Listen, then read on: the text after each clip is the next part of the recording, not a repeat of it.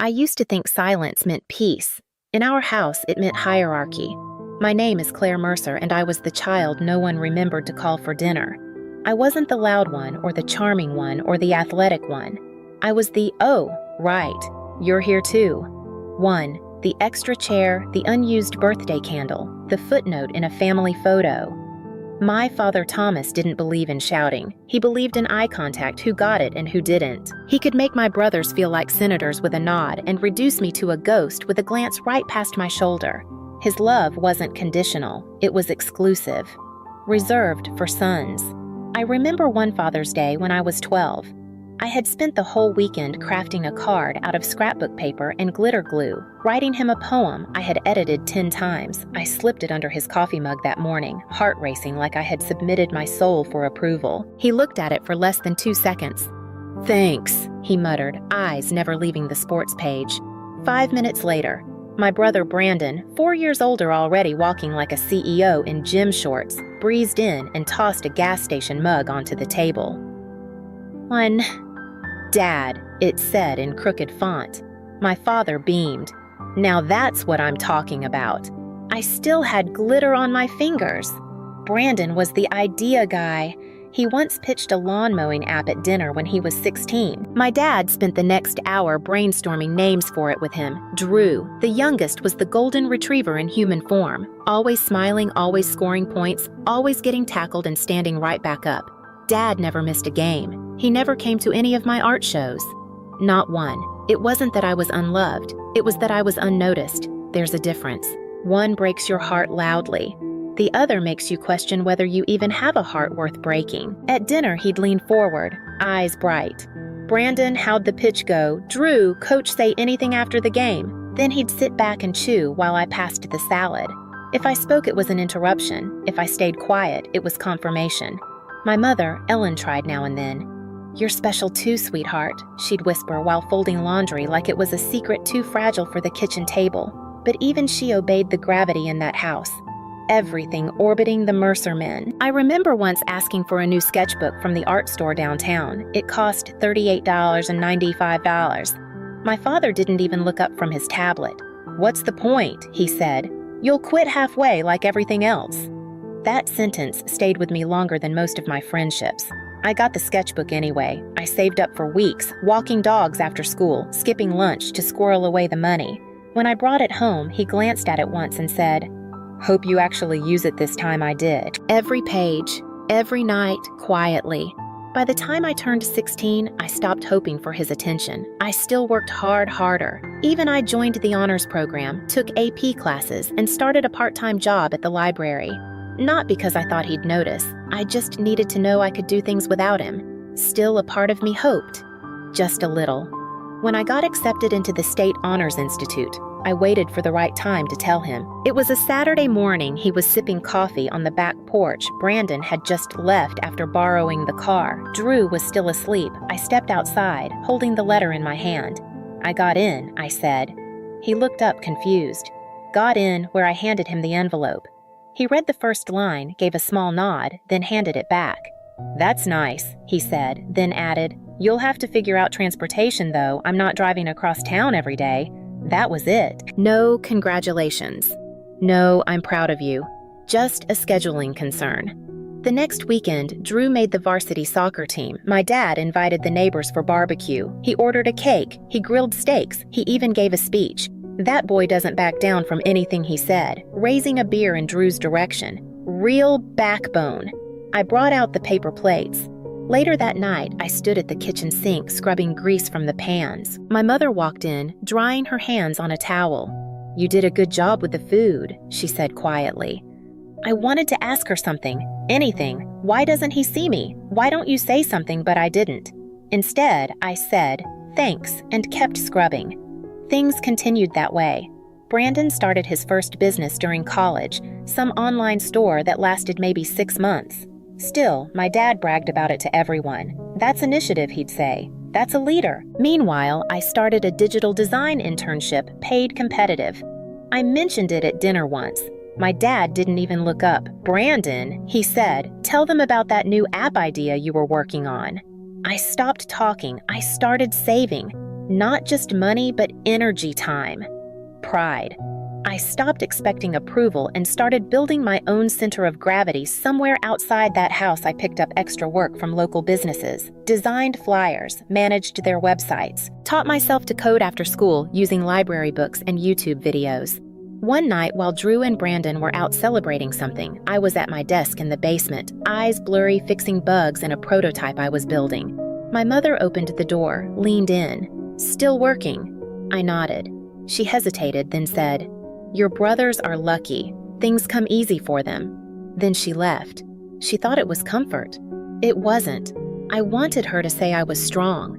Not just unlucky, but like always, she offered sympathy in place of support. By the time I graduated high school, I had a portfolio, a small savings account, and 3 local clients. I also had a plan. Not a big one, just enough to get out. I wasn't trying to prove anything anymore. I was trying to disappear without leaving a hole. I moved out the week after my 19th birthday. There was no big announcement, no goodbye dinner, no packed minivan in the driveway. I told them I'd be staying closer to campus to focus on work. My dad nodded like I'd said I was buying more toothpaste. My mom asked if I'd still come home on weekends. I told her I'd see what I could do. What I didn't say was that I'd signed a 6-month lease for a studio apartment across town under a new name, Claire Whitaker. The name change had been legal for almost a year by then. It wasn't about hiding, it was about starting clean. The old name came with too many rules I hadn't written. The apartment was small, the kind of small where you could sit on the bed and reach the fridge without standing, but it was mine. I bought a second-hand desk, a cheap coffee maker, and a folding chair from a yard sale. My office, my kitchen, my bedroom, all within 6 feet of each other. It was quiet in a different way than home had been. Less hollow, more free. Most nights I worked. Not because I had to, though. Money was tight, but because I wanted to. I was building something. A platform that helped small businesses track their digital sales more clearly. Nothing fancy, but it worked. And people noticed. I started taking freelance contracts through word of mouth. Designed better checkout flows, wrote custom code for mom and pop shops, answered emails at 1 a.m. because no one else would. Slowly it grew. I didn't have investors or mentors or family asking about my progress. I had long hours, burnt coffee, and stubborn focus.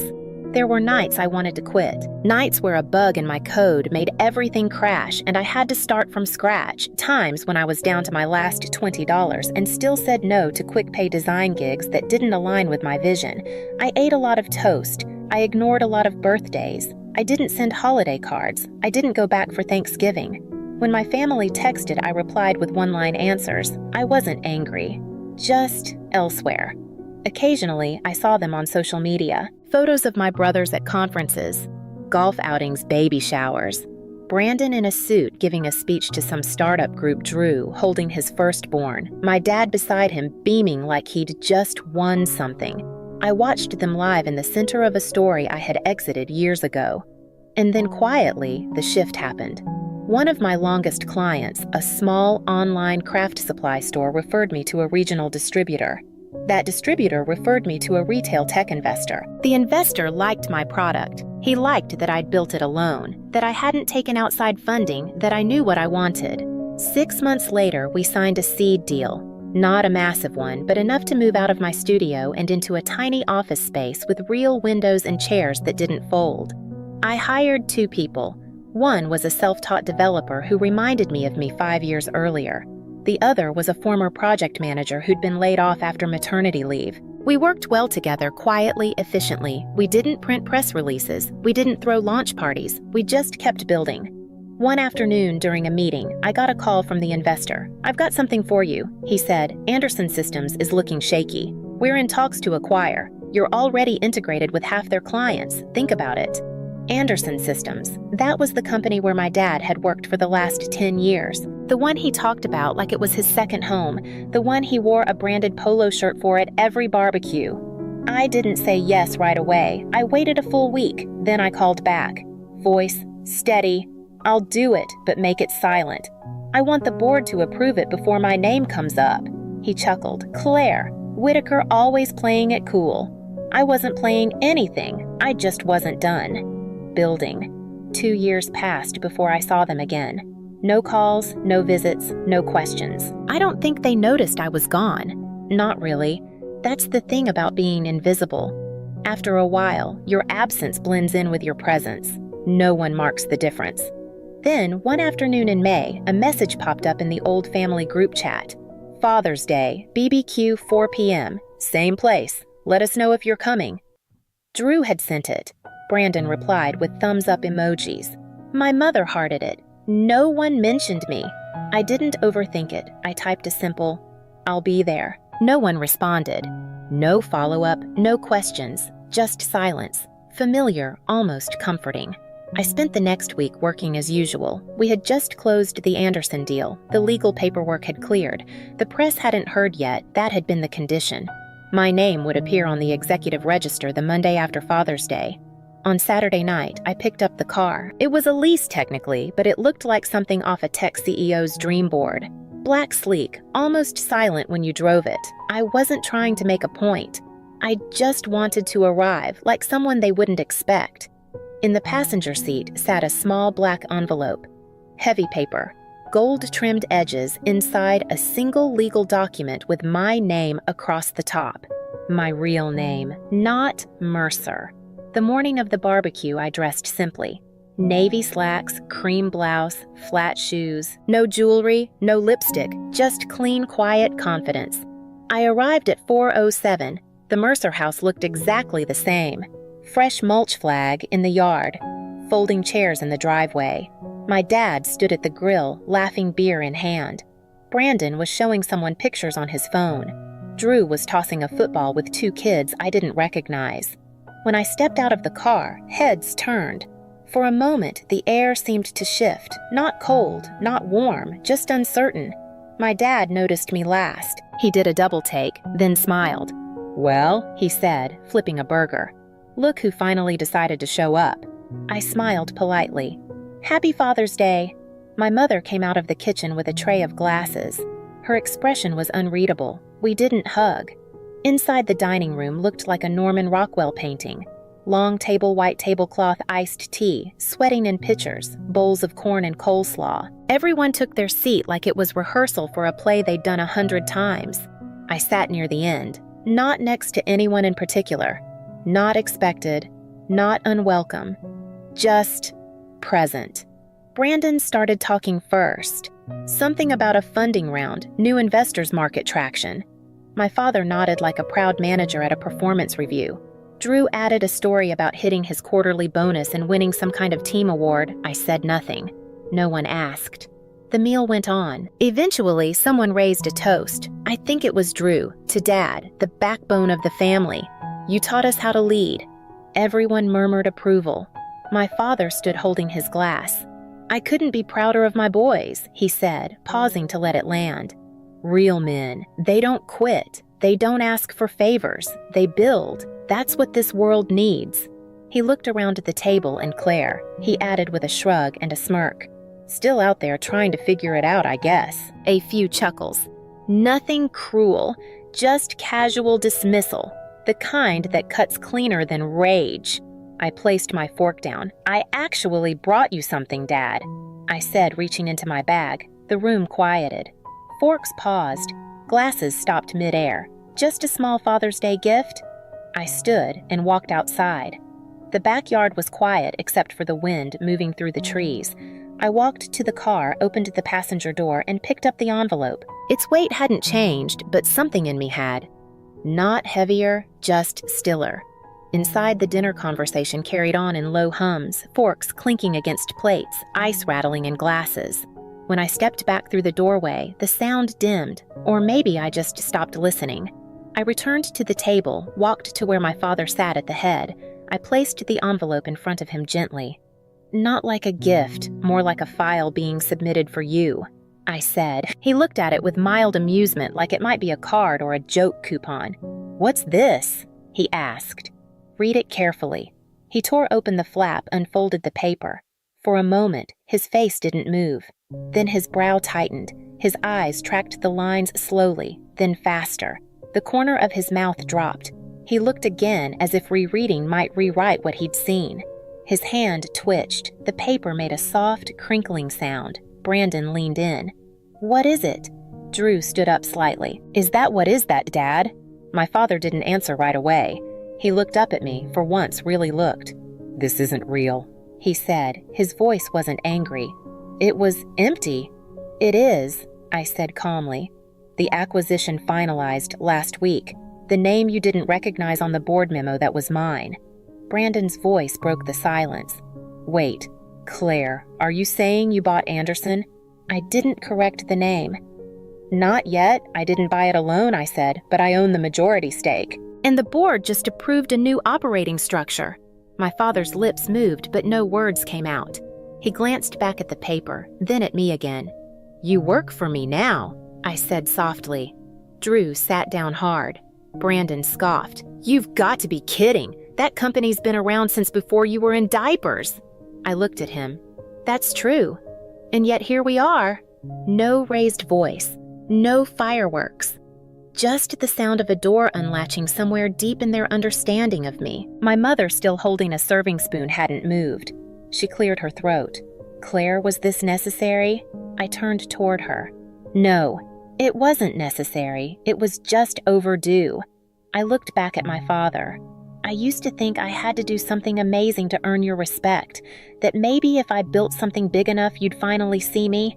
Turns out I only had to buy the thing you already cared about." He didn't respond. Brandon reached for the paper.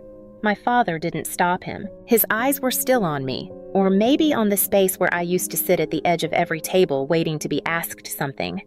"Anything?" I gave him a faint smile. "I'm not looking for approval," I said. "I brought this so you'd finally stop pretending." I turned, picked up my bag, and walked to the door. No one followed. No one called out. As I stepped outside, I glanced toward the driveway. The car gleamed under the porch lights, still black, expensive in ways they'd never asked about. Not loud, just undeniable. I got in and closed the door.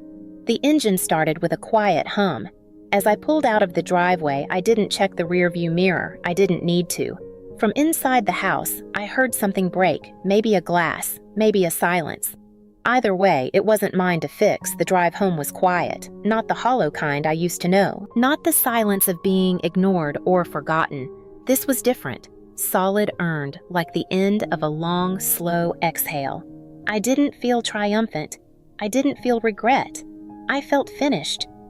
Back at my apartment, I hung up my coat, placed the envelope copy in a locked drawer, and poured myself a glass of water. No champagne, no music. Just stillness. My inbox had a few unread messages. One from a client, one from an investor, and one from my mother. Subject: "Was that really necessary, Claire?" No greeting, no sign-off. Just the kind of question that came too late. I didn't reply. I read it once, then clicked print and slid the page into a folder in my filing cabinet labeled Legacy. The next morning, I walked past the mirror in the hallway. For years, I had avoided it. Not out of vanity, but because every glance felt like a reminder of who I wasn't supposed to be. But now I paused. The woman in the reflection stood straight, calm, and whole. She didn't look angry. She didn't look victorious. She looked real, like someone who had built a life from scraps and silence. She didn't owe anyone an explanation.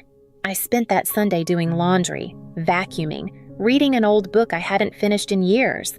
I watered the plant in the windowsill. Somewhere along the way, I noticed I was smiling, not wide. Just enough I knew what was probably happening back at the Mercer house. Raised voices. A paper being passed back and forth. My brothers asking questions no one had answers to. My father sitting in that same chair staring at a reality he could no longer rewrite. He wouldn't be fired, not yet. I wasn't cruel. I didn't want to destroy his life. I just wanted him to know that mine had never needed his permission to exist. That night, I opened a new notebook, clean pages, no lines. I wrote 2 words at the top of the first page. "I'm here," not loud. Not in all caps, just clear. They'll talk. I'm sure Brandon will say I planned it for years. Drew will say I've changed. My mother will wonder where she went wrong, and maybe someday they'll realize that I didn't come back to impress them. I didn't come back to win anything. I came back so they'd finally stop pretending I was never there.